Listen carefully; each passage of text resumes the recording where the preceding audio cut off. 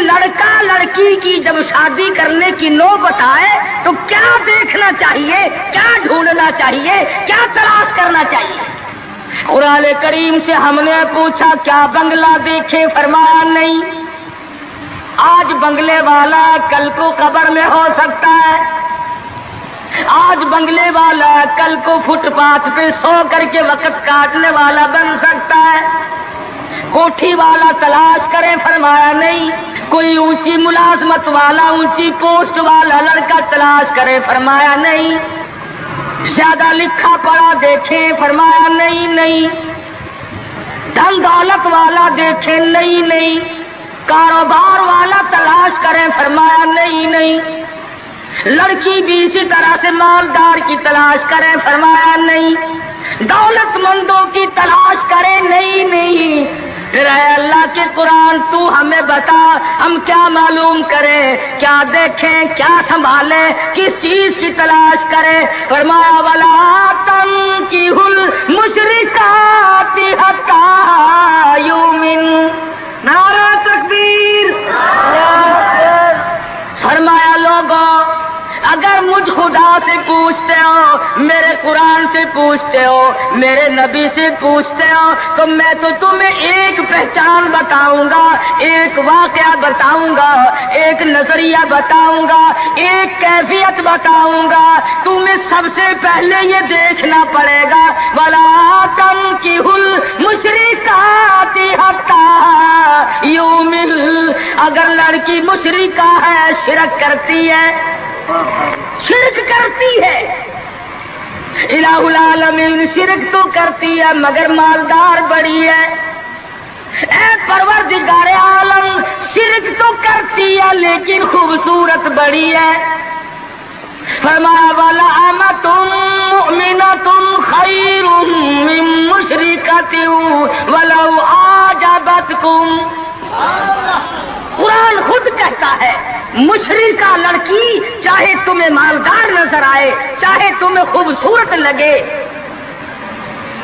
آجابتکم قرآن کے الفاظ ہیں، تمہیں عجیب معلوم ہوتی ہو، تمہیں اس کے انداز، اس کی چال، اس کی ڈھال، اس کی رفتار، اس کا سونا چاندی تمہیں بہت بڑی چیز دکھائی دیتی ہو۔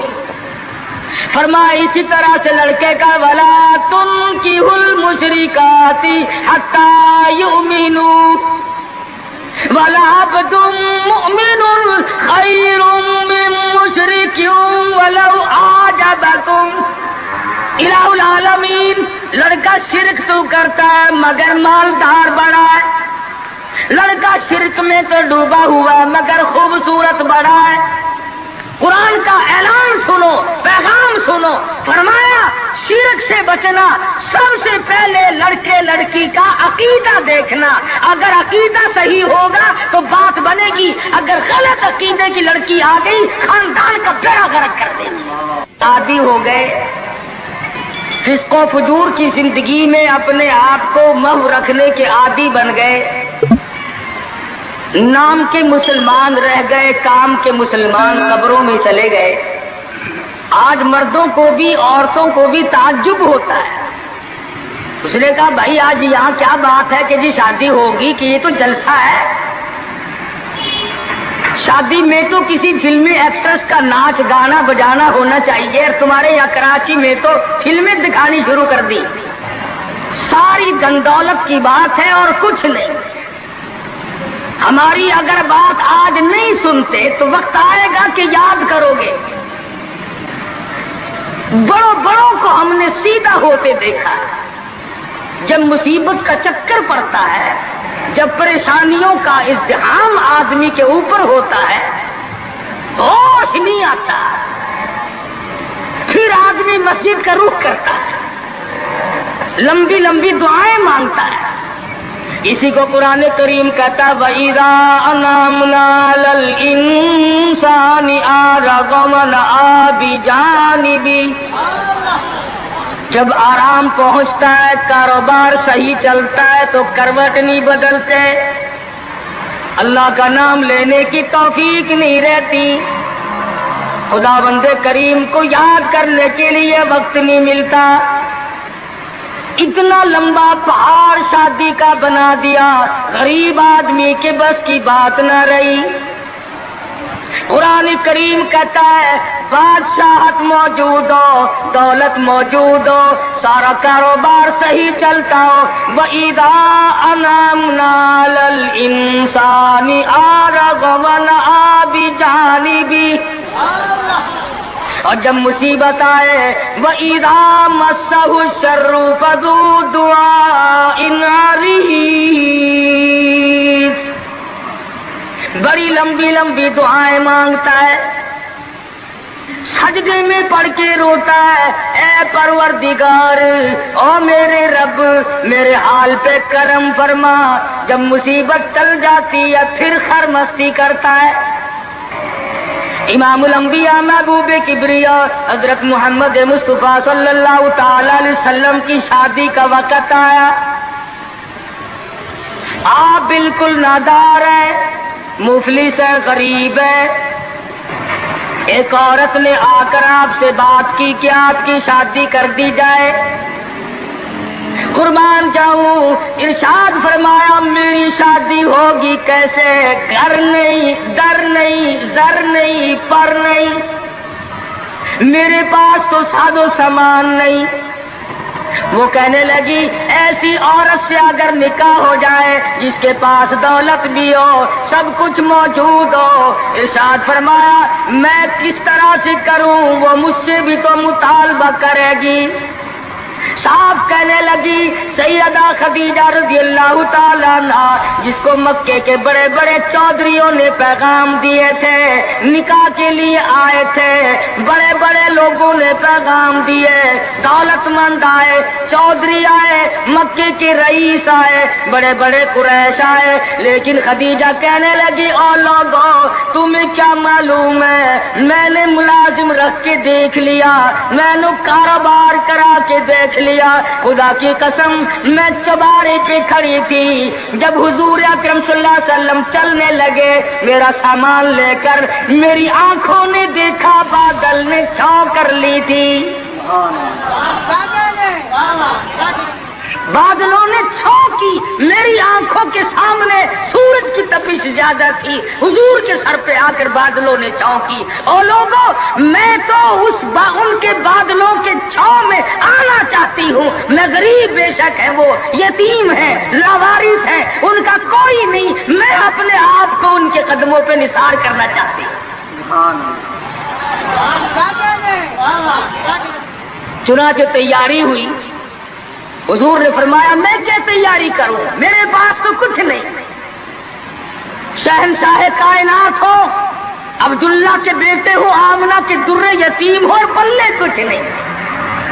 ابو طالب نے نکاح کا خطبہ پڑھا، سیرت کی کتابوں میں موجود ہے، مقدمہ ابن خلدون میں، دیگر کتابوں میں ابو طالب کے یہ الفاظ ہیں، او لوگوں آج اگرچہ میرے بھتیجے کے پاس دھن دولت نہیں، حکومت نہیں، تجارت نہیں، لیکن میرا یقین کہتا ہے ایک وقت آئے گا ساری دنیا کی دولت قربان کر دی جائیں گی۔ حضور اکرم صلی اللہ تعالی علیہ وسلم کا سب سے پہلا نکاح سیدہ خدیجہ رضی اللہ تعالی عنہا کے ساتھ ہوا، اور حضور نے یہ ثابت کر دیا آقا دو عالم صلی اللہ علیہ وسلم کی عمر مبارک 25 سال ہے اور سیدہ خدیجہ کی عمر 45 سال ہے۔ تو عرض کر رہا تھا عمر کا تناسب نہیں، نبی نے ہر اس رسم کو توڑا، ہر اس ذوم باطل کی تردید کر دی عملی طور پر، جس کو دنیا کے لوگ چلا کرتے تھے اور بازاروں میں تنتنایا کرتے تھے۔ یہ کوئی مناسبت ہے کہ حضور کی عمر شریف 25 برس ہے اور خدیجہ کی عمر 45 برس ہے؟ عمر والے مسئلے کو ختم کر دیا گیا۔ حضرت خدیجہ اور پھر کمال یہ کہ اللہ پاک نے اس ہی مائی کے پیٹ سے اولاد دی جس کی عمر حضور سے دگنی تھی۔ آج تو اگر تھوڑی سی عمر زیادہ ہو جائے لڑکی کی پھر تو لوگ فتا لے کر کے آتے ہیں کہ میاں ناپ کے دیکھو پہلے کتنی بڑی ہے۔ کون زوم کرتا ہے، کون گمان کرتا ہے؟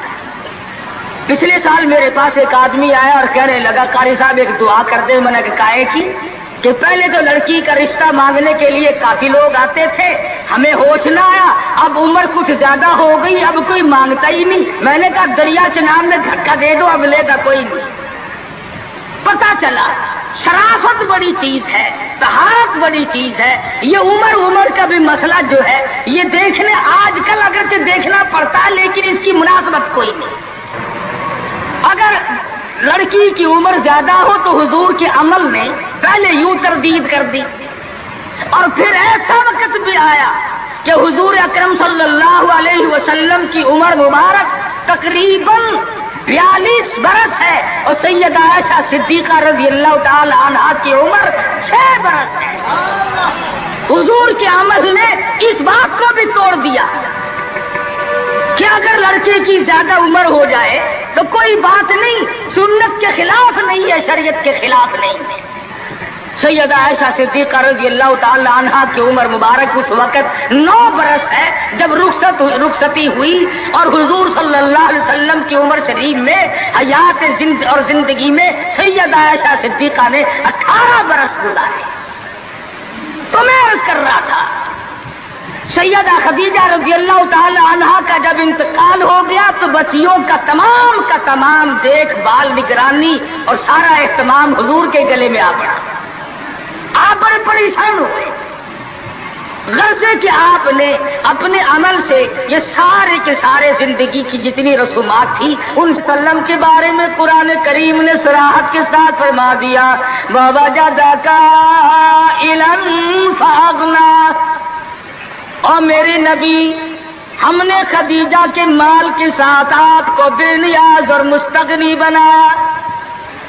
خدیجہ رضی اللہ تعالیٰ عنہ مکے کی تاجرہ تھی، مکے کی رئیسہ تھی، مکے کی بہت بڑی دولت مند تھی، لیکن گھر میں حضور کے آ کر پھر یہ ہاتھ نہیں رکھا یہ دولت میری ہے، یہ مال میرا ہے، حضور کے سپرد کر دیا۔ اور میرے آقا میری جان بھی، میرا دل بھی، میرا ایمان بھی، میرا مال بھی، سارے کا سارا آپ کے حوالے۔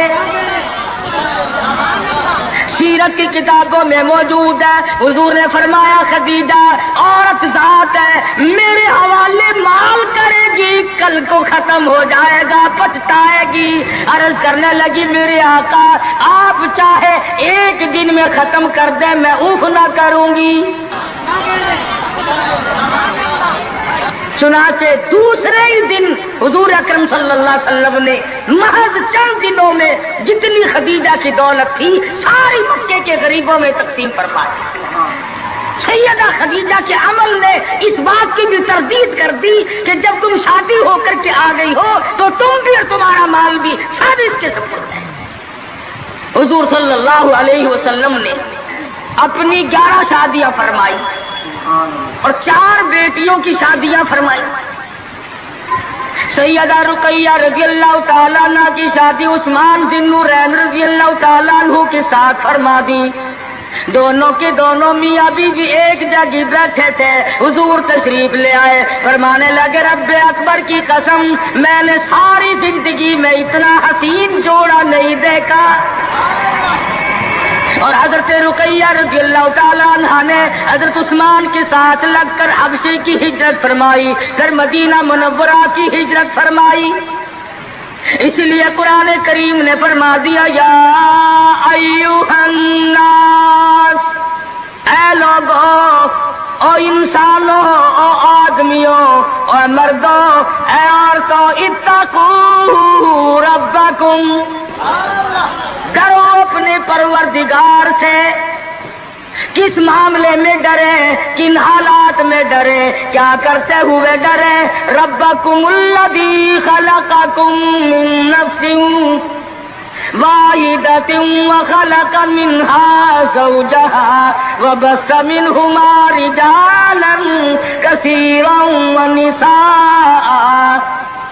اے لوگوں، ڈرو اس پروردگار سے، تمہیں ایک آدمی سے اور ایک عورت سے پیدا کیا گیا، یعنی آدم علیہ السلام سے اور حضرت حوا سے تمہیں پیدا فرمایا پروردگار عالم نے۔ اس لیے قرآن کریم کا مطلب کیا ہے، مقصد کیا ہے، منشا کیا ہے یوں ڈرانے سے؟ کس لیے ڈرا رہے ہیں؟ خداوند عالم فرماتے ہیں اگر تو امیر آدمی ہے، لڑکی غریبوں کی ہے تو مجھ سے ڈر جا۔ یہ عیب نہ بنا کہ لڑکی غریب کی ہے، میں امیر ہوں، کیوں؟ میں وہ بے نیاز ہوں، شام کو سوئے لکھا پتی، صبح کو اٹھے تو ٹکڑوں کا محتاج۔ میں ایسا بھی کر دیتا ہوں، شام کو سوئے بادشاہ، صبح کو اٹھے تو جیل کی کوٹڑی میں پڑا۔ میں ایسا بھی کر دیتا ہوں کہ کروڑوں کا مالک ہے، اگر موت آ گئی تو کفن چندے کا پڑ رہا ہے۔ فرمایا لڑکی والوں کو یہ حق نہیں کہ وہ لڑکے کے بارے میں یہ کہیں کہ یہ تو غریب ہے، ہم اس کو کیسے دیں۔ آؤ پھر قرآن کریم سے پوچھ لیں، ہم مسلمان ہیں، ہمارا قرآن پہ ایمان ہے، محمد عربی صلی اللہ علیہ وسلم کے فرمان پہ ہم سب کا ایمان ہے۔ آؤ قرآن سے پوچھے کہ لڑکا لڑکی کی جب شادی کرنے کی نوبت آئے تو کیا دیکھنا چاہیے، کیا ڈھونڈنا چاہیے، کیا تلاش کرنا چاہیے۔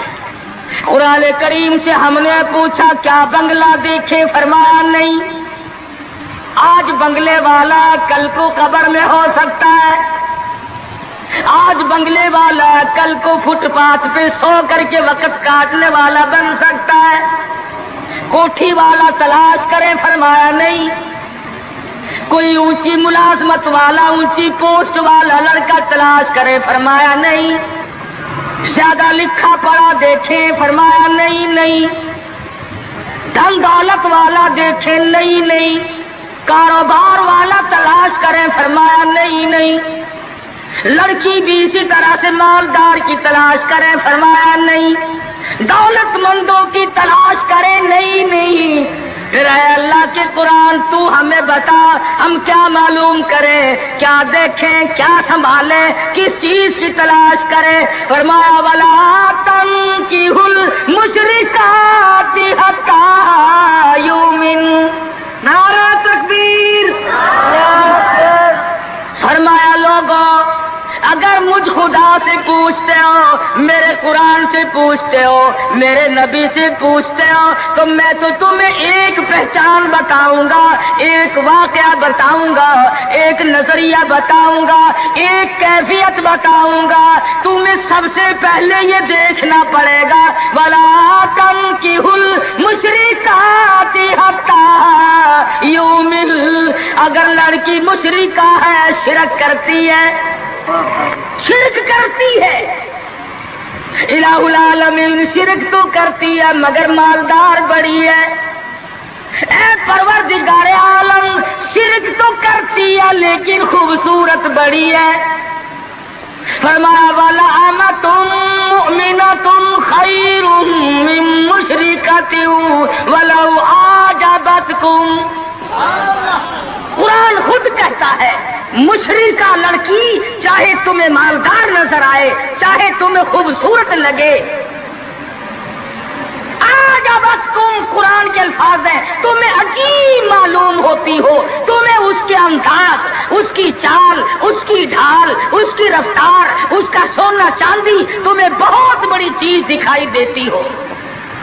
فرمایا اسی طرح سے لڑکے کا وَلَا تُنكِحُوا الْمُشْرِكَاتِ حَتَّىٰ يُؤْمِنُوا وَلَعَبْدٌ مُؤْمِنٌ خَيْرٌ مِّن مُّشْرِكٍ وَلَوْ أَعْجَبَكُمْ۔ الہ العالمین لڑکا شرک تو کرتا ہے مگر مالدار بڑا ہے، لڑکا شرک میں تو ڈوبا ہوا مگر خوبصورت بڑا ہے۔ قرآن کا اعلان سنو، پیغام سنو، فرمایا شرک سے بچنا، سب سے پہلے لڑکے لڑکی کا عقیدہ دیکھنا، اگر عقیدہ صحیح ہوگا تو بات بنے گی، اگر غلط عقیدے کی لڑکی آ گئی خاندان کا بیڑا غرق کر دے گی۔ حافظ جمال صاحب بولی شاہ قلندر رحمت اللہ علیہ پانی پت میں مزار ہے، میں اب ہندوستان گیا تھا تو اب بھی حاضری دینے گیا تھا۔ ہم اولیاء کرام کو بڑا مانتے ہیں، میں بولی شاہ قلندر رحمت اللہ علیہ کے مزار پہ گیا اور رات وہیں ٹھہرا۔ مولانا علی پانی پتی کی قبر بھی وہی اور بولی شاہ قلندر کا مزار بھی وہی۔ تو لکھا ہے کہ جس وقت بولی شاہ قلندر رحمت اللہ علیہ پیدا ہوئے تو بڑے روئے، بہت روتے تھے۔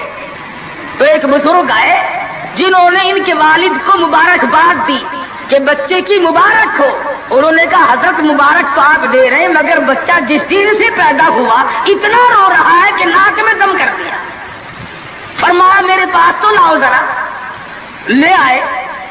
اللہ والے نے ذرا سا اس کان کو منہ لگایا، ذرا سا اس کان کو منہ لگایا، بچہ خاموش ہو گیا۔ واپس جانے لگے۔ شاہ فخر الدین رحمہ اللہ اولیاء کرام میں سے ہیں، بزرگان دین میں سے ہیں۔ شاہ بہاء الحق زکریا ملتانی رحمت اللہ علیہ کے داماد ہیں۔ جو لڑکی یہاں رہتے رہتے فوت ہو گئی تھی تو شاہ فخر الدین نے کہا حضرت بتاؤ۔ فرمایا تمہیں معلوم نہیں، گولی شاہ قلندر کی والدہ اماں قرآن کریم کی حافظ ہے، اور قرآن سے اتنا عشق ہے، اتنا لگاؤ ہے، اتنا سوز و گداز ہے، اتنی محبت ہے کہ ایک ختم قرآن کا روزانہ پڑھتی تھی۔ بچے کو پیٹ میں لے کر ایک ختم قرآن روزانہ کا پڑھتی تھی۔ تو بچے کی روح کا اور قرآن مجید کا اتنا گہرا تعلق ہو گیا۔ اب چونکہ اماں زچگی میں آ گئی، چھلے میں پڑ گئی، اس لیے قرآن نہیں پڑھتی۔ ارے آدھی کی عادت ٹوٹی، ناشی کا نشہ ٹوٹا، روئے نہ تو کیا کرے۔ میں نے اس بچے کے کان میں ایک آیت اس میں پڑھی، ایک آیت اس طرف پڑھی، بچے کی روح کی غذا مل گئی، خاموش ہو گیا۔ تو عرض یہ کر رہا تھا کہ یہ سارے کے سارے معاملات قرآن کریم کا اعلان ہے۔ عقیدہ دیکھو، نظریات معلوم کرو۔ اگر غلط عقیدہ گھر میں آ گیا تو بات بگڑے گی، وہ اپنے ساتھ ساتھ اوروں کو بھی لے بیٹھے گی۔ اور علماء کرام نے لکھا، تجربے سے بھی یہ ثابت ہوا کہ عورت کی جو گود ہے، عورت کی جو گود ہے، یہ پرائمری اسکول بھی ہے، یہ مڈل اسکول بھی ہے، یہ میٹرک اسکول بھی ہے، یہ کالج بھی ہے، یہ وہ یونیورسٹی ہے جس سے نبی بے نیاز نہیں، ولی بے نیاز نہیں، کتب اور ابدال بے نیاز نہیں۔ اس کالج میں ہر بچہ پڑھتا ہے، ماں کی گود میں لازمی پلتا ہے۔ اور لوگوں، اس کالج کو سنبھالو، اس پرائمری اسکول کے استاد کو سنبھالو، اس کالج کے پروفیسر کو سنبھالو، اور وہ ہے بچے کی اماں۔ ہمارے یہاں بالخصوص عورتوں کی تعلیم کا، دینی تعلیم کا کوئی انتظام نہیں کرتے۔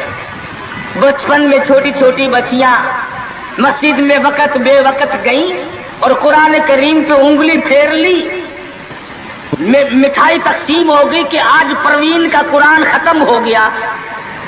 نہ اسے عقیدے کا پتہ، نہ اسے نظریے کا پتہ، نہ اسے یہ معلوم کہ میں مسلمان ہوں اور مجھ پہ کن چیزوں کا فرض منصبی جو ہے وہ لاگو ہوتا ہے۔ لعلہم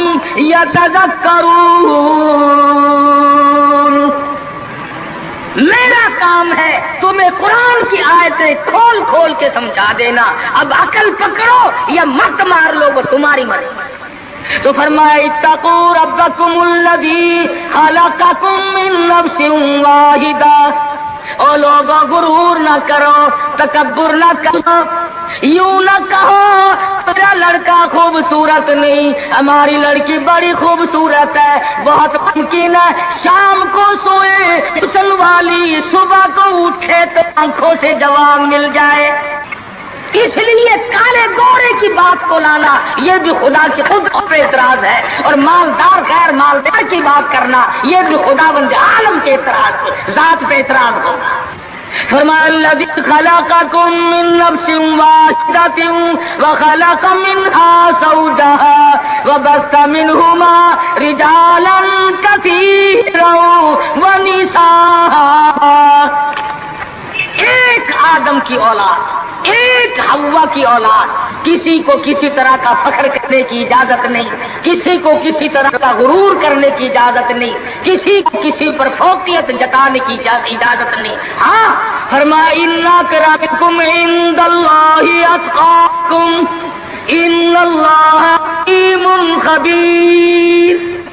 تقویٰ، پرہیزگاری، اللہ اللہ کرنا، اللہ کی حضور میں زیادہ سجدے کرنا، یہ ایک حکمت ایسی ہے جو آدمی کو اونچا کر دیتی ہے۔